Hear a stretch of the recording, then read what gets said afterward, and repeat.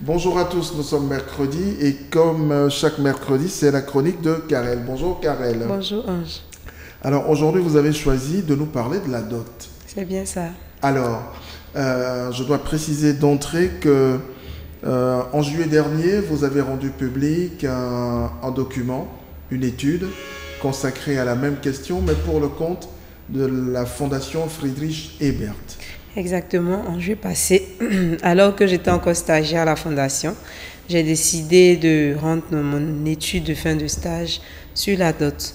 Et donc cela s'intitulait La dot en Côte d'Ivoire, contexte et réalité, analyse d'une infraction légitime. Alors, une infraction légitime, ça m'amène à vous poser cette question. Pour vous, nous n'utilisons pas le mot dot comme il se doit. Non, pas du tout. Donc, à la faveur de cette étude, j'ai découvert que, en fait, il y avait deux formes de prestations matrimoniales et la dot était à côté d'une autre forme qui s'appelait le doyer. Et donc, la dot, si on veut la définir, est celle qui est pratiquée en Inde, où c'est la famille du marié ou même le marié qui apporte des biens matériels à sa future épouse. C'est ce qui se fait chez nous. Non, ce qui se fait chez nous, c'est plutôt le doyer.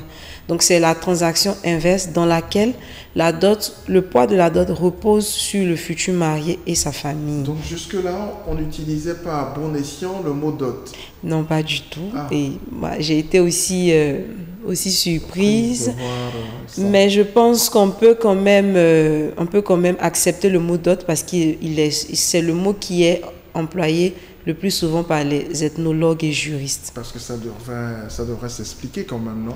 Oui, je pense qu'il y a eu un abus de langage à un moment et voilà.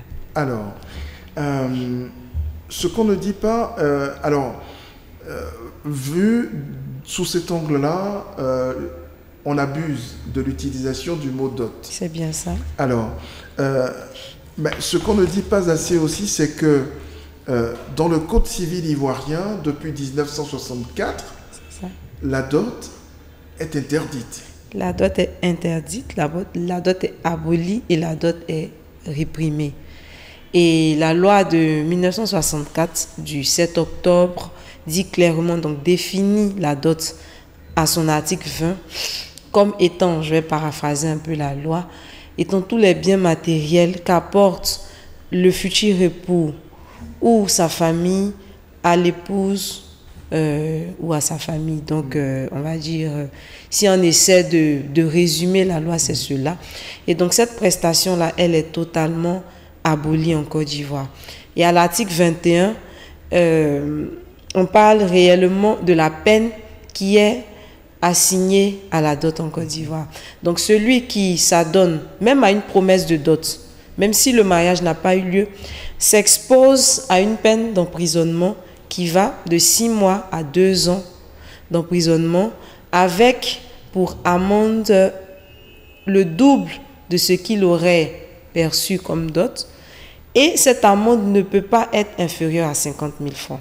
Donc, ce sont les articles 20 et 21 de la loi du 7 octobre 1964. Alors, mais pourquoi cette interdiction alors que la dot est un phénomène bien ancré dans nos cultures? Oui, malheureusement, il y a 54 ans que cette loi a été prise et, comme on le constate, la dot a subsisté. Donc, c'est bien là l'intérêt de l'étude. Et je dis une infraction légitime. La dot se situe aujourd'hui à cheval entre les textes et la réalité. Comment? Il y a eu à un moment un mimétisme du droit français. Donc la Côte d'Ivoire, alors colonie française, devait se doter d'un droit. Parce qu'il y avait deux catégories d'individus. Il y avait les indigènes qui étaient soumis au droit local et il y avait les sujets du statut qui étaient soumis au droit métropolitain. Il fallait donc unifier le droit ivoirien. Quel autre choix que de prendre le droit du colon?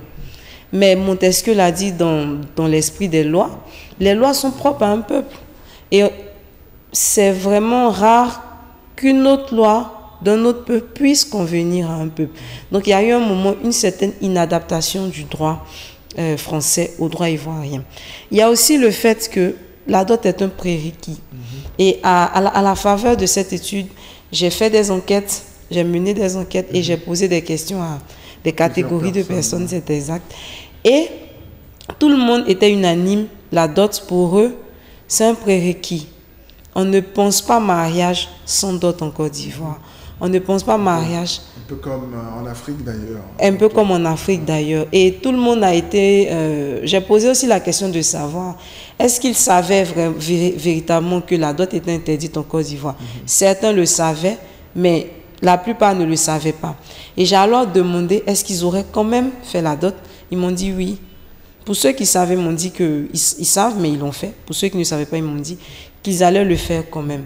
Parce que pour eux, il ne peut pas avoir mariage sans dot. Il y a aussi le fait qu'il y a une consécration de la religion.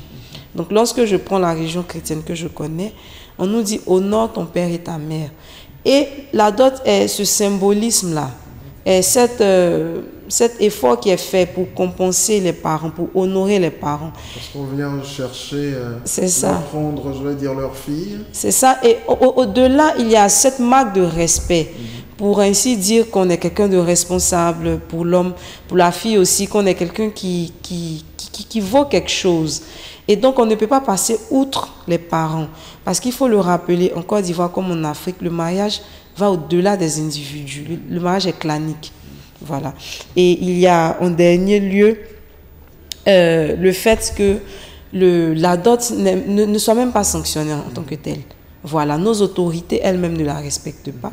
Et je le dis clairement dans l'étude, il n'y a personne qui a été aujourd'hui emprisonné pour avoir fait la dot, pour avoir reçu la dot.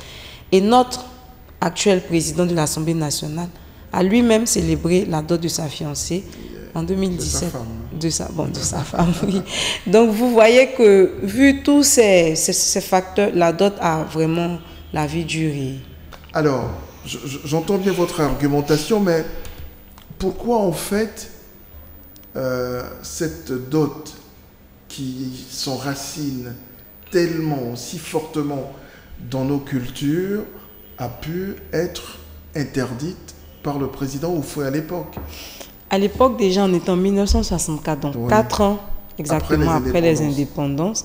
Il y a eu ce discours du président Houphouët au 4e congrès du PDCI-RDA qui estimait que la dot, la polygamie, contrevenait ou n'était pas favorable au développement de notre jeune État.